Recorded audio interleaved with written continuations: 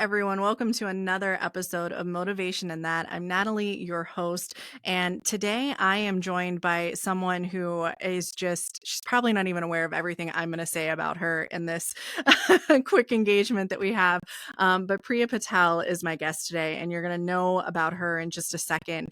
But about a month ago, we're releasing this early December, so it was early November. I made my way to Nashville, as did Priya, and we're seated back to back in this education room. So we never really get a chance to look at each other unless we're the spokespeople, which, shocker, we both were the spokespeople for our table, which tells you about us.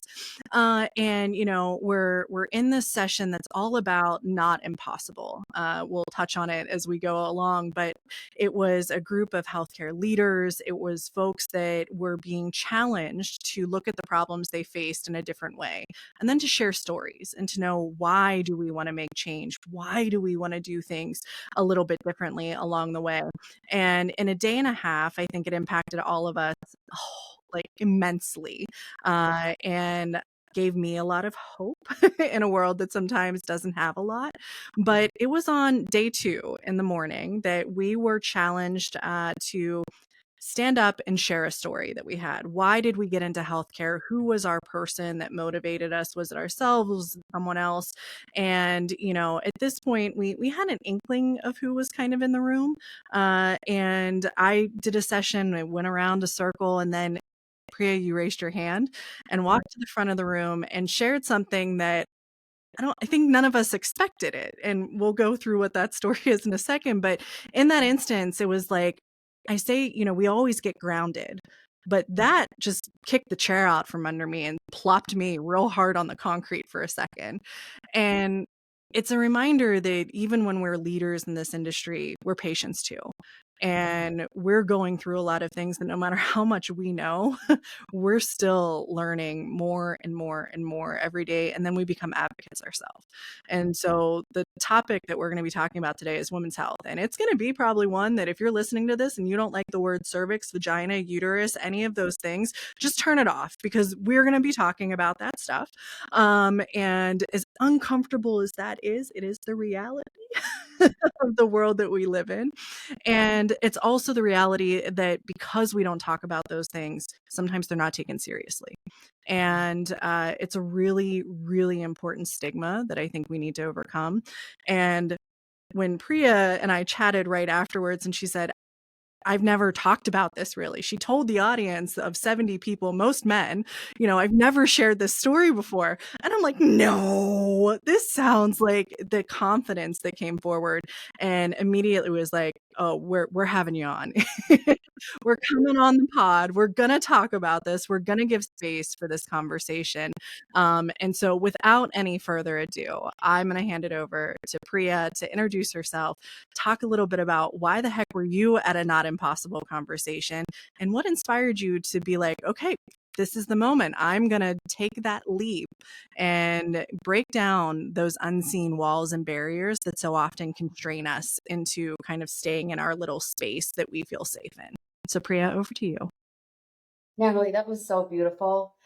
I want to mention, we're talking about women's health. I think there's something so profound in you opening your space and sharing your platform to allow us to come on and speak about these things. I think it's one thing for us to be advocates, but it takes a different type of being to be like, hey, take my platform and speak about it, share your story. And I thank you for that, because so often, like you mentioned, that stigma, we are dealing with this in silence. We're dealing with it privately and quietly because, you know, I mean, I think it's something culturally. I think it's also something first generation people deal with. I think it's people of color. I mean, I don't even want to profile that. I think it's just this culture, and women, we just are told to deal with it privately and quietly. So I want to take that moment to first thank you. I thank you from the bottom of my heart. I'm already emotional. I'm like choking up as you were sharing that bit. I just thank you for just opening up your space and your heart to have this conversation. Um, that that session with Not Impossible Labs, that, I say this very dramatically, but I mean it. It changed me, and it changed me because I'm here today because of it. Um, their premise is help one, help many. If you challenge the status quo, if you challenge what is and what has always been, and think about what needs to happen, like what changes need to be, and dive in, you share your story, you're able to help one, there's a chance you're able to help many. And I think that's what that force, it was so, I was on such a subconscious level, like I didn't even know what I was doing. I was like, raise my hand, take the mic, I'm going to share this story. And so when you say it was a level of confidence that you saw, I think that was just me channeling this fuel that I had been harnessing for so long, to be able to use it, to share it. And with that, maybe I'll give a little bit of an introduction of like who I am and why and where I came from. So by training, I'm a pelvic health physical therapist, and I studied my doctorate to receive that degree, and that training, and then I went on to receive my MBA, and so that's kind of been my career. It's been sharing healthcare and making healthcare accessible, and that's really been what I would consider where all my time, my energy has gone. It's been my life's work. And it was great. I mean, I was helping people understand their bodies. I was helping people on a patient to patient basis, but also like on a grander level and helping healthcare improve in America.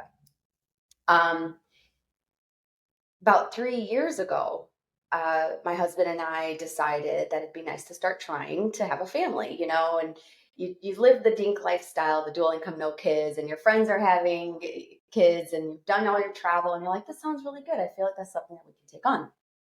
Well, um, you're sold this story of like, track your ovulation, time it, boom, you're pregnant. For some, it works, and for some, it doesn't. Unfortunately for me, there was a series of unfortunate things that happened, and we'll get into that shortly. But essentially, what I walked away from in just the first 2 months of trying to get pregnant is I found out I have two uteri, two cervix, and two vaginas. And for context, the average woman has one of each. Clarify. One. Yeah, you're born with one.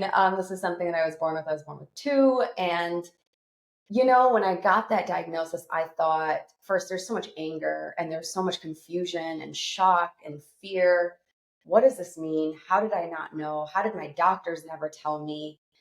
Why didn't I tell my doctor some of the things that I was dealing with? Why did I deal with it in silence? Um, and I think about when I talk about it with my mom, I mean, there was no talk about sex. There was no talk about hormones. The most we ever talked about in terms of period was like how to use a pad, you know? And so in that moment when I received that diagnosis, a flood of emotions, like your world just comes crashing down. I thought about, my goodness, I've been treating pelvic health and I've been studying healthcare and I've been a clinician and I've been in the system. How did I not know what was going on in my own body? And when you mentioned it's from going from clinician or being a healthcare provider to being a patient, and that transition, that's big. Well, and I think a part of that is to like it's like the self expectation, right? I'm in the industry. I should know some of this stuff, like you mentioned. Like, how did I not know? Ironically, I would say, feels like you got into pelvic health because you were drawn to that part of the body somehow, some way. But, and then it becomes this, well, how smart do I act when I'm with my doctor? Because I do kind of know some stuff, but not everything.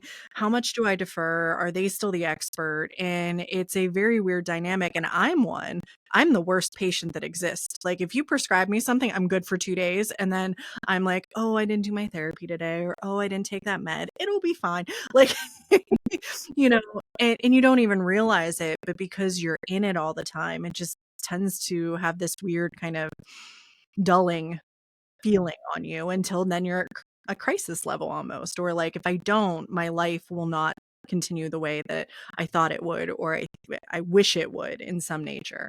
So, I mean, let's talk a little bit just in general about kind of that moment. You mentioned, why haven't I talked to my doctors about this in the past? Or, how did no one catch it? When you look back, as you kind of reflect on that, was there ever, what kind of signs were there that maybe didn't go discussed to the extent that you think? Is that something that's changed over the last 10, 15 years? Like, let's say if you were 15 now and going through that kind of adolescent, hormonal phase, would it be a little different, or would it wouldn't? And I'm not really sure it would be all that different, but let's talk about it a little.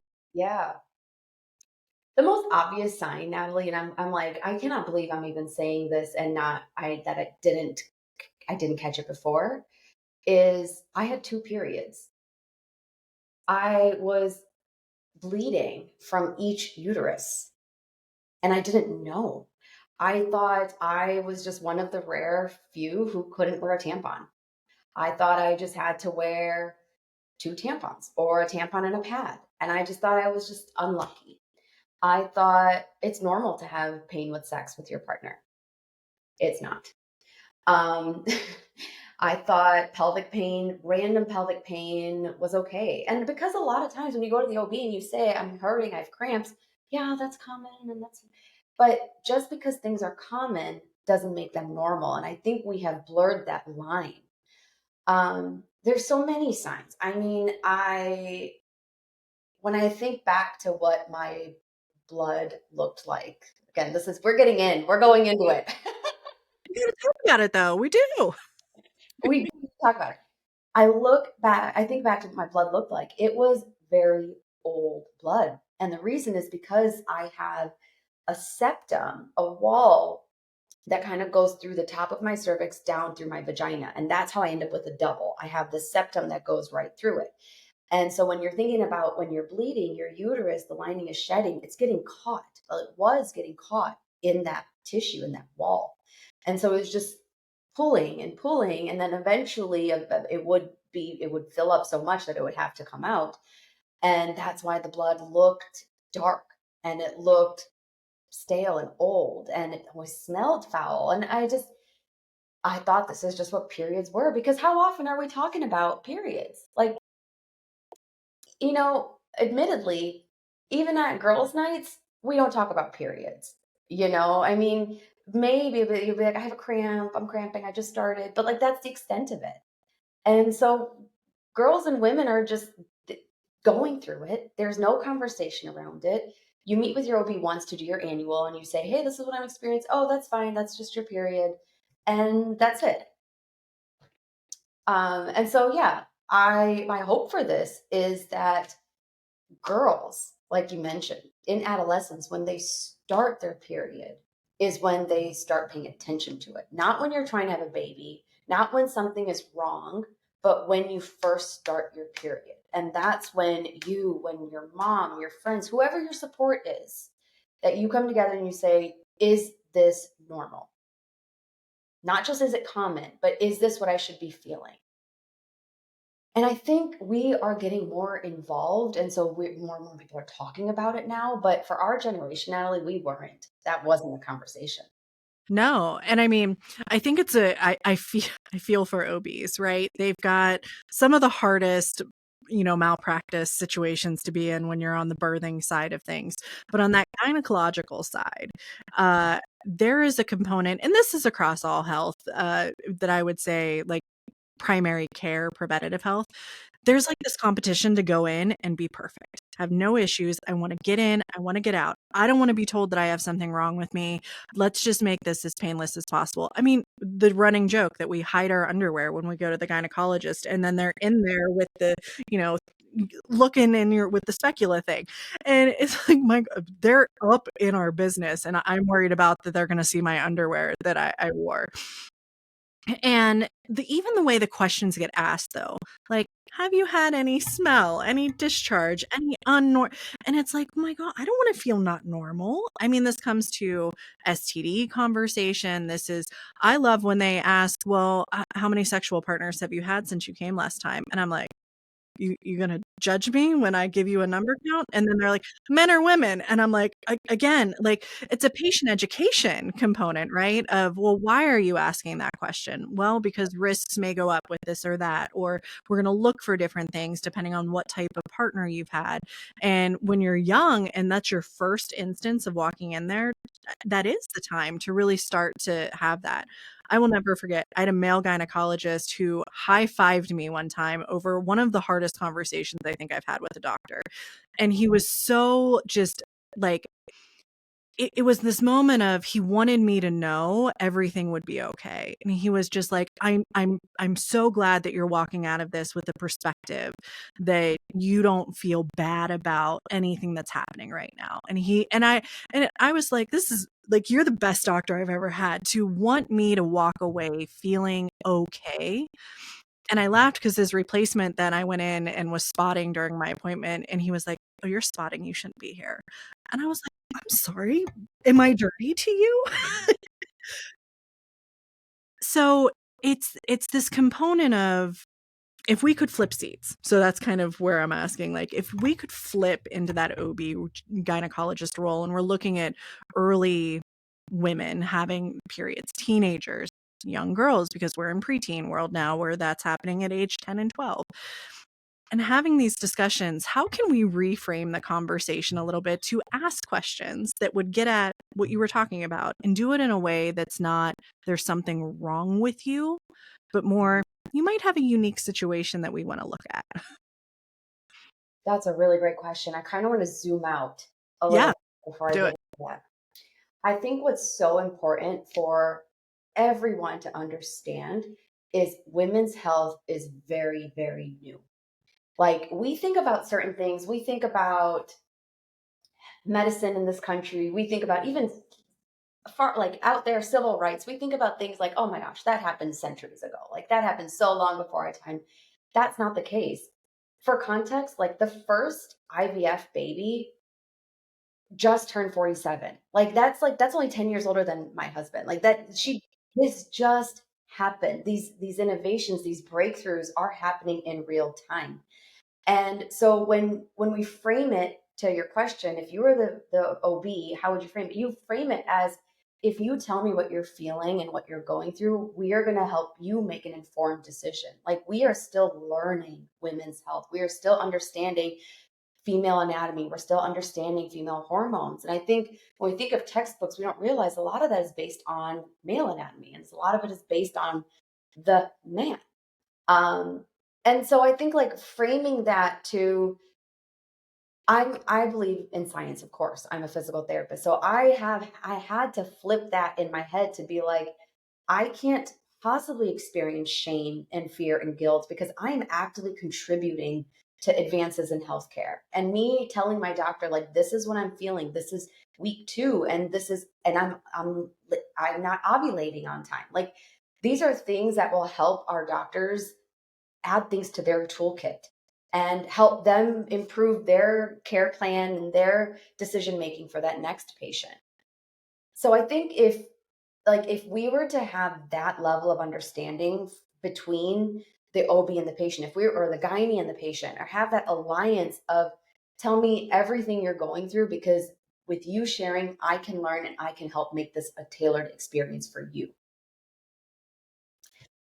And it leads me to think about to the component of pain management in women's health, right? We're talking about periods. We're talking about cramps.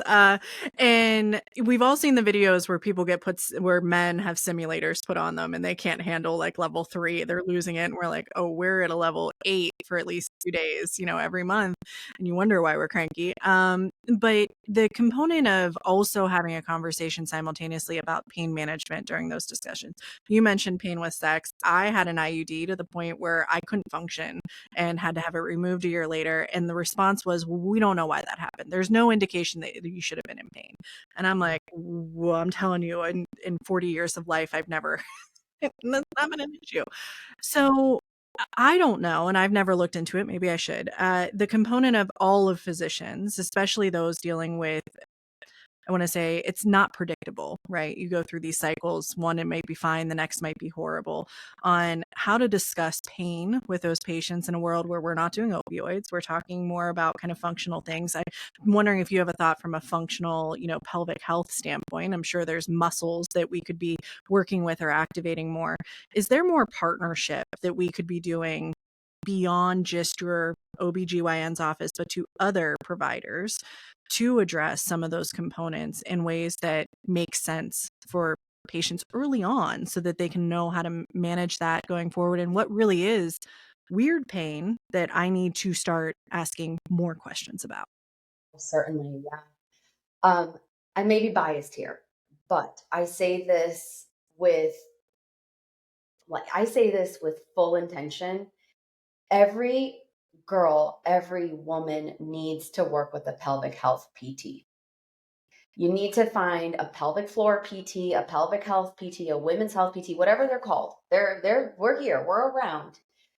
You need someone to go in and evaluate your pelvic floor. Your pelvic floor is a web of muscles that sits in your pelvis. And like any muscle in your body, they activate, they rest, they relax. Like your bicep, you use it when you need. If you don't use it, you're going to kind of lose the strength in that muscle. Your pelvic floor is responsible for supporting your organs. It's responsible for sexual function. It's responsible for sphincter. So it's how you urinate and it's how you hold in gas. Like your pelvic floor is working all day, every day. Except when you're sleeping, it should be resting. Um, Oftentimes when we are stressed, if we have high cortisol, or if we just have so many things on our plate and we store that tensions, oftentimes we'll feel in our jaw. Oftentimes we'll feel it like this. We're like this. We're on the computer and our shoulders are shrugging up and our toes are curling or we're squeezing our legs together. Oftentimes that tells you that you have a very tight pelvic floor. You have tension. You are storing tension in your pelvic floor. And that oftentimes leads to pain. And so when you mentioned girl goes into her OB, her gynae, and she says, I'm having this pain, we don't need to jump to opioids. And we also don't need to jump to like bladder. Like, is this a urinary frequency? Are you peeing a lot? No, oftentimes we just need to evaluate the integrity, the strength, the condition of your pelvic muscles. Oftentimes that is the culprit. And I think more and more people are now understanding that because people are experiencing leakage with exercise, with coughing, with sneezing. They're having sharp, sudden pain. And I think there's more conversation. There's a lot of information out there now about the pelvic floor. And so I think it's gaining a lot of traction. But I think the missing piece is girls need to go in and actually get it evaluated. Because a lot of times, sometimes all it takes is exercise. Sometimes all it takes is some stretching. Sometimes all it takes is a pelvic PT to go in there, physically do an internal exam, go in and massage out some of those muscles and those trigger points that are causing that pain. So the options are out there. So I love it. And it makes me think that I probably have some follow up to everyone here. As you were like, shoulders are high. And I'm like, okay, pull my shoulders down, unpinch my toes. We did a little mid episode relaxation, but I want to shoot back because obviously, we've acknowledged your knowledge kind of in this area at a baseline was higher probably than a lot of people's might have been, and yet you still had that initial reaction of I've gotten this diagnosis now, my world's been turned a little upside down, I've got all of these emotions, and all of a sudden now you're probably immediately, correct me if I'm wrong, flipping into all right, what's next step? And it's not only what's next step for kind of ultimate goal of having a family, but now you've got this whole other thing that even if there's not a pregnancy conversation, there's still a massive health conversation for you. So how did you start organizing your thoughts forward while also kind of dealing with the emotional component of this and learning how to be confident in going to those next steps, because it's just a frightening place to be in that unknown. So walk us through what that's been like, because this is still pretty present and like new for Yeah. you. So I know you're still in it too. Yeah. The reason I'm reacting so uh, so dramatically is because your questions are so spot on, Natalie. I just sidebar. I am just so grateful that you're asking these tough questions because there's a level of realness to them. There is, I think, something so important you mentioned is there. This is a health issue. Like whether this is pregnancy or there's a kid or a baby, like we need to step back, and that is a very stark realization. Oftentimes, women aren't looking into their pelvic floor or their hormones or regulating any of that until it's time to conceive, which is such a disservice because we have our pelvic floors our whole life. We're going through puberty, we're going through menstruation, we're going through uh, labor and perimenopause. And like our pelvic floor is with us through this journey. Why are we only starting to pay attention in our 30s? It just makes no sense. And I think that was a really stark realization that I had was I need to not focus on the fertility piece. I need to focus on what is going on in my body. Like I need to heal. I need to understand. I need to make informed decisions for me. Only once I get that down can I think about bringing or growing a baby and bringing a child into this world. Like I need to resolve some pretty major things. And that doesn't in hindsight I can talk about it like, oh, that was a stark reality. No, that was a very long process of grieving. You are forced into, I will mention I've had a handful of surgeries, and I'm going to get into that later in this conversation, but to kind of resolve the issues that were going on, I had to have a handful of surgeries. I went through IVF. I unfortunately had a couple miscarriages. And so through that, that is that realization is when you're going through this process and you're like, am I doing this for me or am I doing this for my future baby? And first and foremost, you have to do this for you. You have to face the pit. You have to go through that grief. You have to go to that very dark part and say, what am I going to do for me? What am I going to do to get informed of my body? And how am I going to help heal myself moving forward? Takes me back to a really strange place. Um,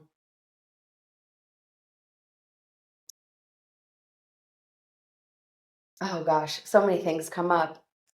I want to make sure I address the second part of your question. And goodness, I can't, because I went to such a weird place, I can't remember what that second part of the question was. Um,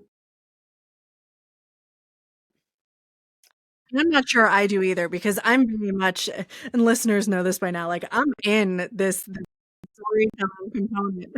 No, Scared. I was like, these are great questions. And then I lost them.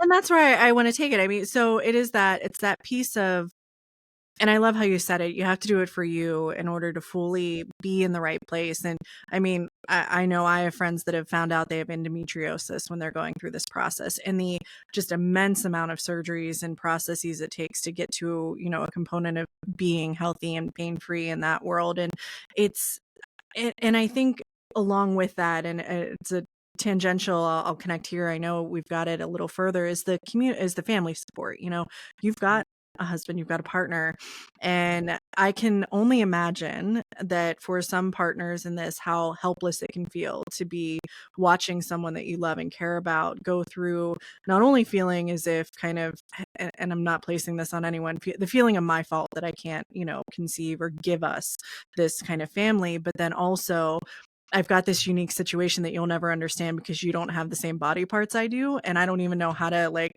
tailor this to your body that it would make sense.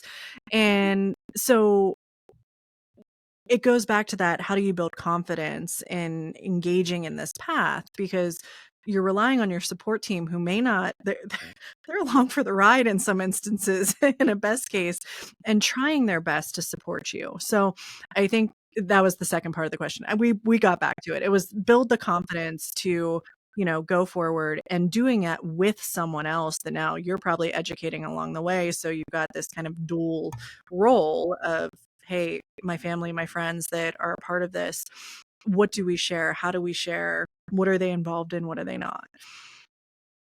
I think something that was really important to highlight is in a perfect world, our partner is there with us. They understand everything we're going through. Our parents, I think in American culture, our mom is our best friend. She's gonna be there. She's gonna understand everything. She's gonna be there to hold your hand and to cry with you and to laugh with you and just go through the journey with you. And I think what I realized is that is an expectation that we have. And a lot of this experience is very isolating, but it almost needs to be done in isolation to begin. Because the more you rely on other people to tell you everything is going to be okay, and this is, you just do these steps and someone else is making your decisions for you, the less you're listening to yourself, the less you're going inward. I want to take a brief moment to mention I was so unsure of my own voice and what I needed and who my support was, that I was relying on social media of like, hey, how do I make this decision? Can you help me make this decision? And I was so lost. I didn't have my own inner voice. And that can be very um distracting. Like you have to kind of develop your own opinion and your own POV. Um because as much as other people will try to understand, they will not. You have to go through the struggles and kind of face it yourself in order to make those decisions. So anyway, what I did was I got off of social media. I got rid of my iPhone. I switched to a Google phone because the less I was in it with people and the less distracted I was, the more time I had with myself. And so I do want to emphasize that while we're talking about building community, you do have to start inward. You have to start with finding your spiritual guide. Building community is tough because I went into this experience thinking I have my mom and my mom is going to be able to help me, and I have my girlfriends. And it's so interesting because my mom specifically, being an Indian immigrant, this stuff was more than she could handle. Like these were conversations that she just didn't have the capacity to take on. Like I think she felt so much anger at why her daughter is going through this. She felt guilt. I gave this to my daughter. And so when I would share things like, Mom, I had a miscarriage, she didn't know. She was very mad.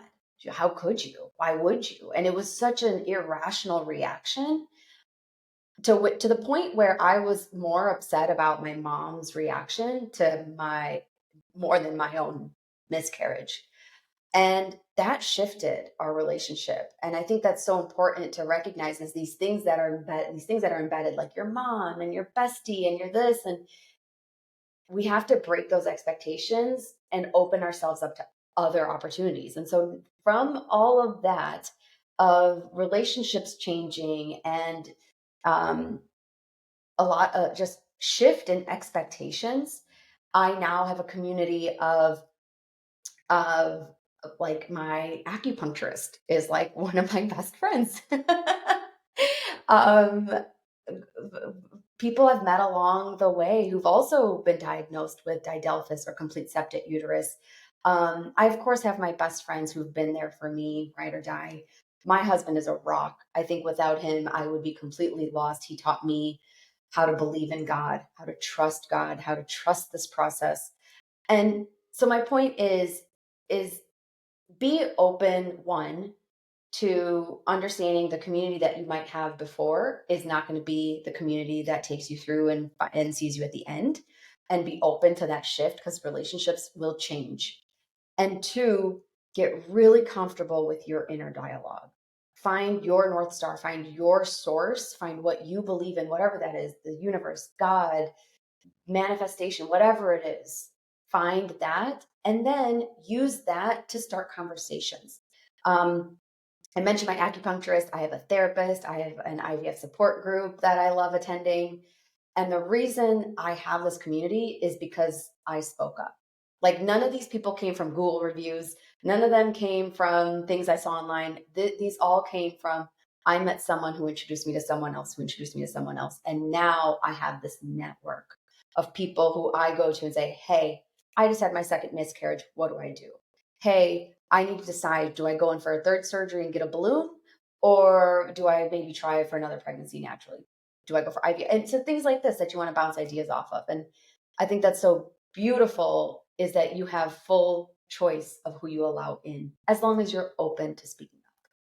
Yeah, it's that old saying, right? A reason, a season, or a lifetime that people are around for. And even when they're around for a lifetime, it doesn't mean that they're static in what that relationship looks like. And you touch on, I think, a really important thing that probably is deserving of its own episode, which is the cultural, racial, socioeconomic differences that overlay all of this that, is hard to think about and to, I guess, prepare for how that can look different, especially when you're part of a multicultural set of friends. I mean, it never would be something that we know everything and all about how people will react along the way or what they have access to. And your component about speaking up, I think, is really powerful because we tend to think of speaking up and speaking out on very divisive topics or ripping the band-aid off in, the Me Too movement or other things.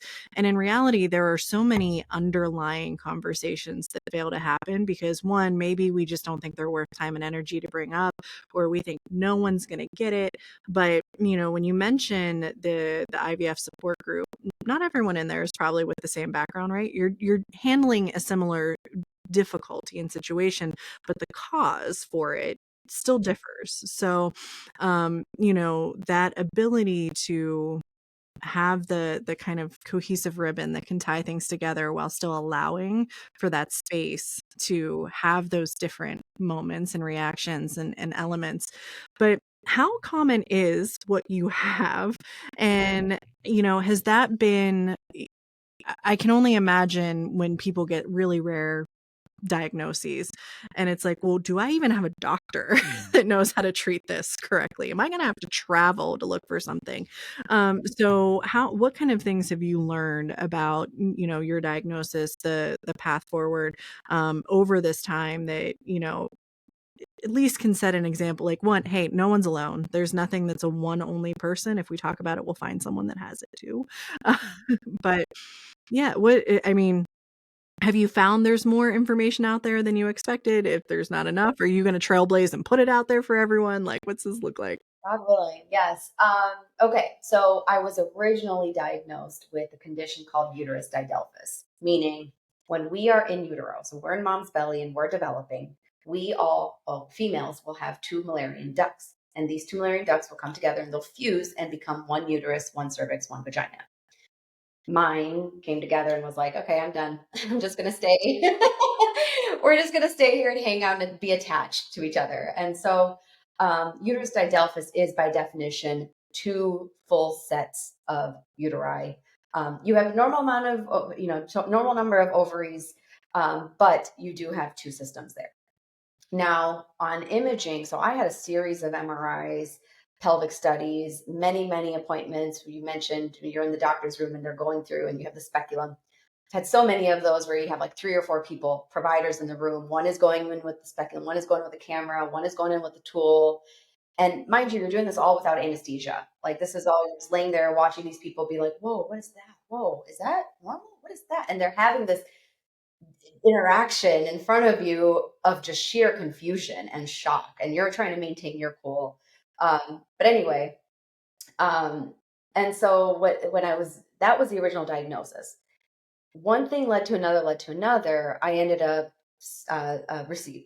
going in for an appointment for IVF, and that's with your REI. That's reproductive endocrinology and infertility specialist. And so they're the ones that talk about advanced treatments. Like if you're struggling to conceive, you might need IUI, you might need IVF, you might need some sort of reproductive assistance. And so when she went in there, she said, wait a second, this doesn't look like didelphys. And I said, no, you must be mistaken because I've had so many things. I've had like 3, 4 MRIs at this point. I've had all these pelvic studies. I have didelphys. Don't tell me otherwise.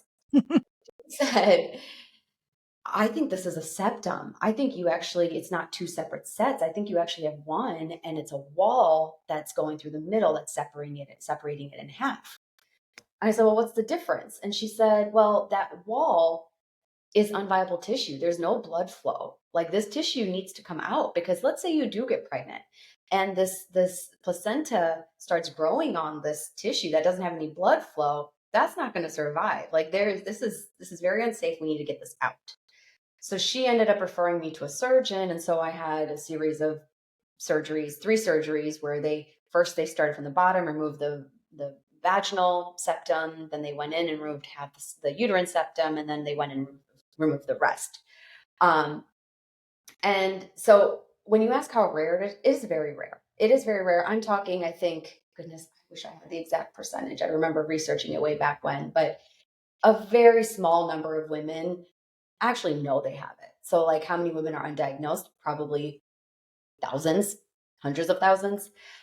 Um, I want to make a very important point here is I mentioned earlier that women's health is so new. And so a lot of this stuff hasn't been researched. There's not much evidence out there. There's not journal entries that you can read. There are some that will tell you the risk of pregnancy and the risk associated, with um of conceiving. So things like growth restriction, like your baby doesn't have enough room to grow, your uterus won't grow that big. You'll have preterm loss. And so there's a lot of that. But in terms of like what to do in these situations, there isn't much out there except for these public forums. And what you learn is because we don't have research, we're going off of anecdotal evidence. There are these forums on Reddit and on Facebook. Some of them have a couple thousand people now, so it's grown. Yay, we have 2,000 people talking about this. But it's about like, hey, I did this and this worked for me. Maybe this will work for you. And hey, this is the symptom I have. Is anybody else feeling this? And oh, how long will recovery take if I do this? And what's a balloon? And so a lot of my decision making came from other women around the world talking about what they ended up experiencing and what decision they went with. And you mentioned, do women even have access? That was such a, um, I realized how privileged I am to live in a city like Chicago that has access to care, that has a facility like Northwestern, who has some of the most leading providers in the country where people fly in to see. There are women in rural Idaho. There are women in rural Africa who are dealing with this and just bleeding and feeling the pain and the relentless grief that don't have access to care. And so we're relying on things like Facebook and these community forums to help inform our decisions. But it's so very real that women's health is so new and that we're relying on storytelling at this time. But I'm hopeful that the more women come together and start talking and sharing, that there will be more research, there will be more clinical trials, there will be more treatment options available for us. But that won't happen until more people speak up. Yeah, and I think that it also, I mean, it's a and I think one of the bullet points we had on our conversation was, what other adjacent areas could things like this impact? And, you've got autoimmune, you mentioned hormonal. I think the big thing right now I see is there's not enough conversation on perimenopause and what that looks like. And I'm like, why don't I sleep normally anymore? And I went through a phase where 4 months I sweated through my clothes every night in bed. And and then one day I was like, oh, it's perimenopause. It's okay. Like, it's just something women go through, you know? And just overall sexual health, because just like you mentioned, like so many people go undiagnosed. It's the same thing with sexually transmitted diseases. You don't want to talk about it, so you don't get diagnosed. And then you think about all of the, later on, follow-up comorbidities that can happen if you don't get fully diagnosed, and then you don't talk about it because God forbid anyone know that you had anything at any point in time. And I've always found it funny. It only takes one person at a party to get drunk and say something, and then everyone's like, oh no, we've been there too, or and it's like, oh, okay.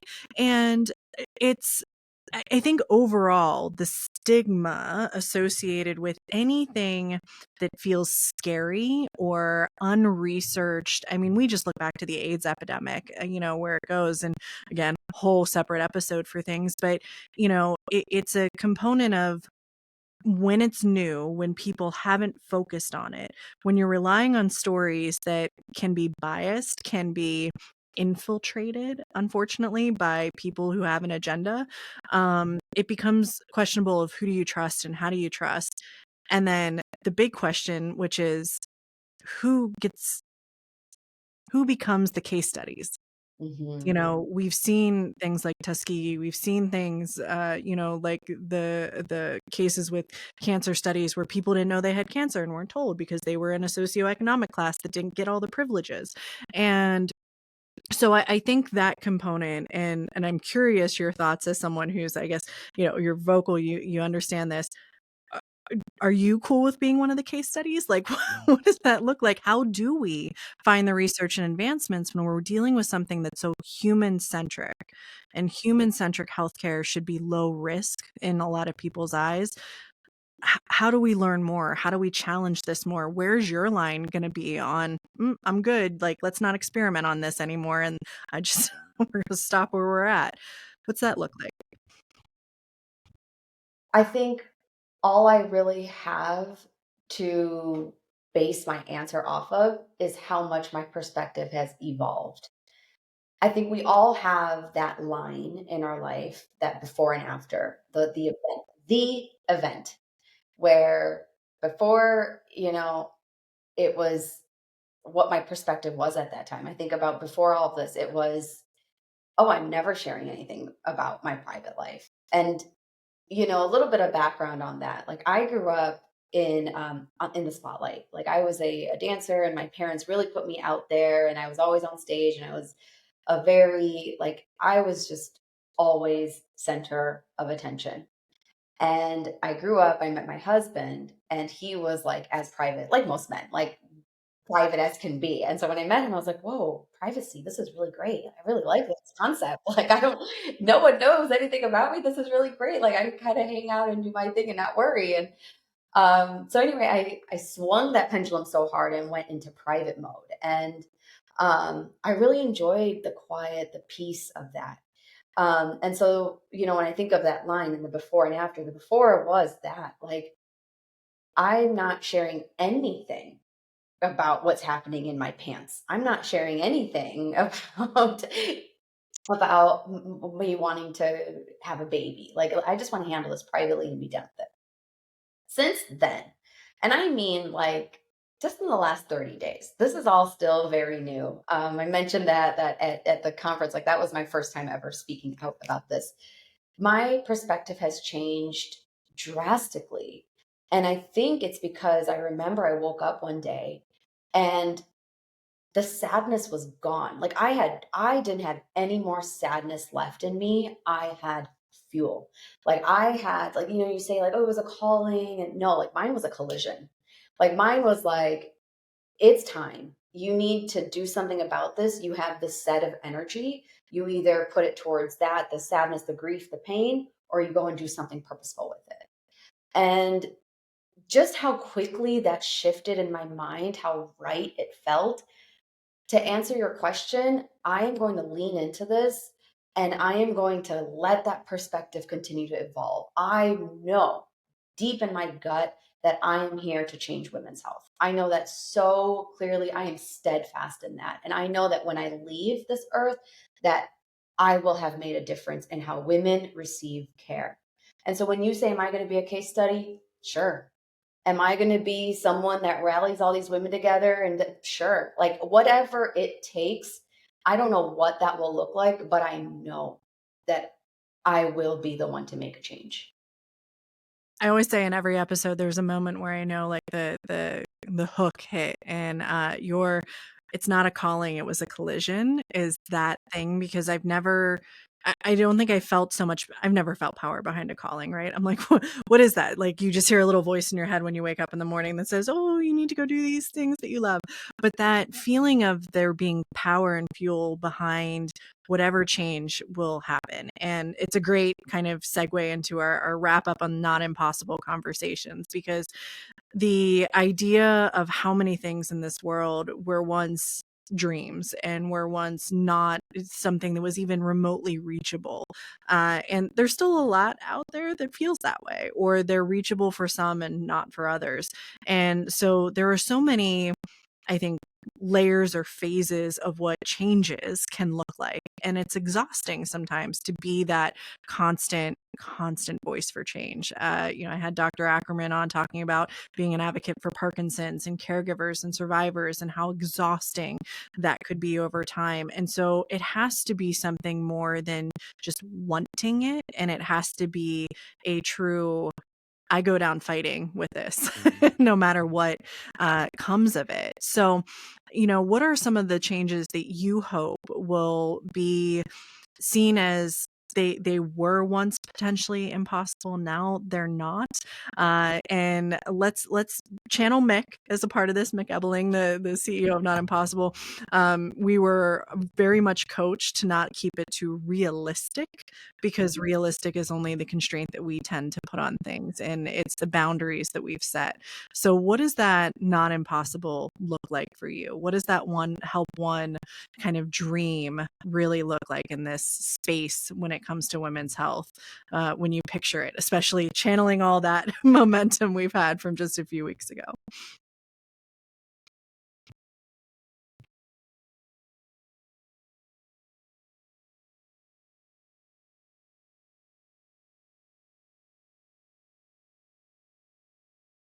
I think the loudest voice in my head when you ask this question is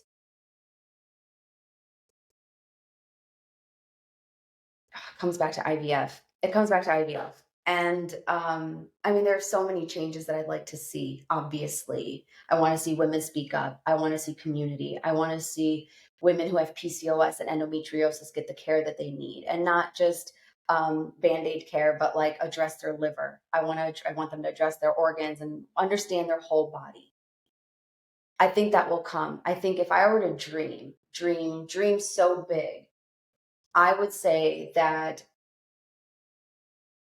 the way that women and families grow through IVF happens at a level where we're inundated with toxins, we're inundated with lifestyle factors, we're inundated with a Western diet that's not conducive to women for infertility.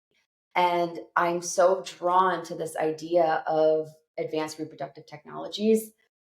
Considering that IVF is only 50 years old, what change do I want to see? I want to see that process of what is IVF for women? What does an egg retrieval look like? What does the transfer look like? What are these injections? What are these hormones? I want that process to be so smooth. And gosh, I wish I had a straightforward answer, Natalie. I feel like I don't, because I, to be quite frank, I think I'm still in the status quo.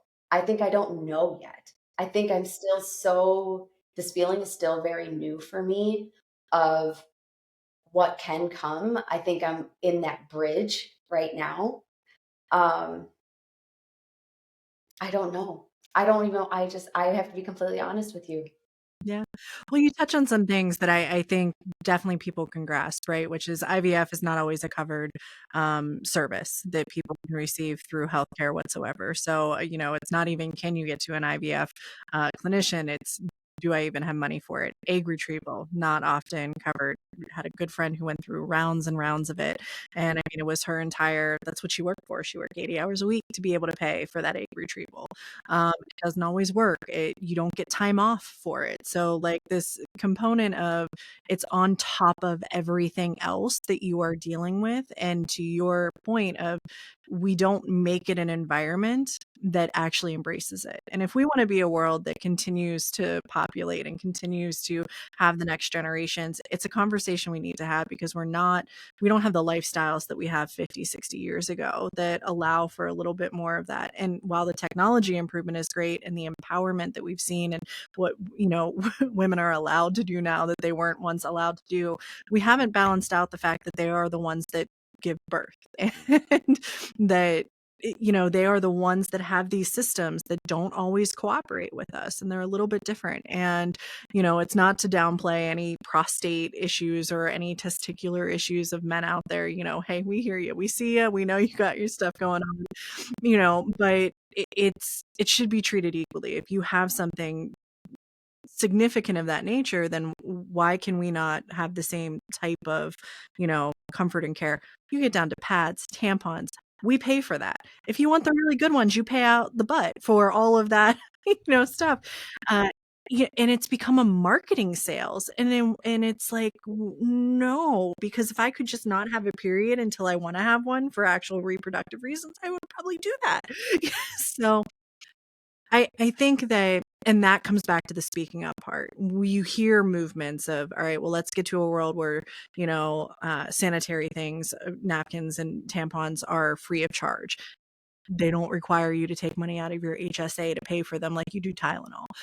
You've talked about pelvic floor therapy. Like, can we get to a world where that is just a part of your PCP work? So I think you're on there. It's just now being able to see, okay, hey, what's the shoot for the stars look like? Yeah. And I think that's exactly like I'm sitting here thinking of this question, and I think that's my answer. My confusion is the answer. Like, Yes. I don't even know. I feel like we're so behind, like, and that we've just kind of women have just kind of dealt with the status quo. We've just kind of accepted it, myself included. And so when you ask, like, what is dream state? Like, what is not impossible now that will be possible? God, I hope a lot.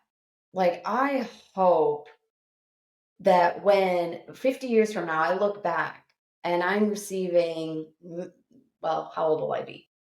Okay, I'll be way past menopause, but maybe 20 years from now, I will have a doctor who specializes in menopause. I will have a PT who will work with me on my pelvic floor, like regularly. I don't mean like an annual checkup when something goes wrong, but someone to help me tailor my pelvic floor to my lifestyle, my day to day. I hope that I will be able to talk to my mom about things that are hurting me. I hope that first generation girls will be able to speak up without shame and guilt. I mean, you know what I mean? I just feel like, gosh, I think as women we become very passive, and we're very understanding beings. I think we just like, okay, that's not, we're just so used to kind of being second tier, being a second, like our healthcare will always come second to. I hope that women in rural Idaho and rural Africa who have didelphys and have a complete septic uterus will get the care that they need. I really am hopeful, and I know that women's health will improve. I just hope that it happens sooner than later, and I hope that we can leave healthcare better for the girls and the women who come after us. Yeah. And I'll go a step further. I hope it's a world where women's health is just health. Health. Yes. It's a part of health, and that it's even removing that label can give it a little bit more power to it. It needs to be specialized right now for sure. But, to the world where it's just like, all right, you've hit a certain point. Here's what the next steps are for that. And here's what comes with it. So I think that it's a lot of people are probably sitting here right now, maybe thinking about their own journey, thinking about their own, what should I ask at my next checkup? What I'm going to. If any men have made it through this whole pod, power and kudos to you. Go talk to some women around you. Encourage them to have open conversations with people they trust for sure. And Priya, how can people reach out to you? So if they're like, wow, this is someone that I trust to talk to about my own journey, and keeping in mind, we all have compassion limits, right? So you're still going through your own treatment and, process forward. But I know you've got a host of resources we'll tag and we'll share, but how can people get in touch with you if they have questions or want to follow up? Yeah. Reach out to me on social media. I think that's going to be my platform. That's going to be my outlet. Full transparency. I just started. Like I just put out my first post last night, and yeah, it's very exciting. Thanks to Not Impossible Labs for helping me share my story that one day in Nashville to then, a few weeks later be comfortable enough to share it on the internet. Internet's a crazy place. But I'm gonna I welcome DMs. I will have a link on my profile if you want to schedule a conversation with me, just to have someone to talk through it, talk through, and not necessarily to give treatment options, but sometimes we have something that sits deep in our gut, and then on it we layer the fear, the confusion, the mistrust and the guilt. And so sometimes we just need someone to talk it out with, to kind of bring that up to the surface. And so let me be that person. Reach out to me, shoot me a message. If we connect, if you would rather a phone call, message me. I will give you my number. I don't care. We just need to start the conversation. I'm also on LinkedIn. I'm Priya and Patel. I'll link that here as well. Um, but I think most importantly, my biggest takeaway from all of this is women need community. And I want to help bring that community to you. So please reach out to me, Natalie. Thank you so much for giving me this space and this platform. I'm so grateful. I'm indebted to that day of sitting side to side, back to back with you in Nashville.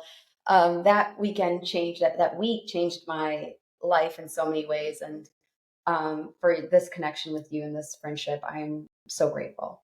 Well, and I look forward to in 10 years being able to look back on this little rinky dink starter podcast and saying, hey, that was the first time I got my story down for people to listen to and to build off of and really create what this future of this movement looks like for you. And I am so grateful to be a part of the journey. I'm grateful to bring, whether it's 2 listeners or 200 or 2,000 to the conversation. All it takes is one, as we learned. It's help one, help many. Shout out to Not Impossible Labs, who is getting a lot of airtime on my pod lately. I'm bringing Maya or Joe in at some point, so that'll be great. But we'll get you in touch with Priya here today. I hope as you've listened, you've taken away some really good knowledge. You can apply this to other areas of life. And as I always do at the end, we're going to take a deep breath because this is heavy conversation. It's a lot. I know, Priya, you're probably like up here after sharing everything, so we'll decompress for a second. But as we close up and we go into whatever our days might have ahead of us, deep breath in and out, and relax those shoulders, relax those toes, that jaw, those fingers. And I can't wait to talk again on the next episode of Motivation in That and to follow up on your journey. Priya, thank you so much. Thank you.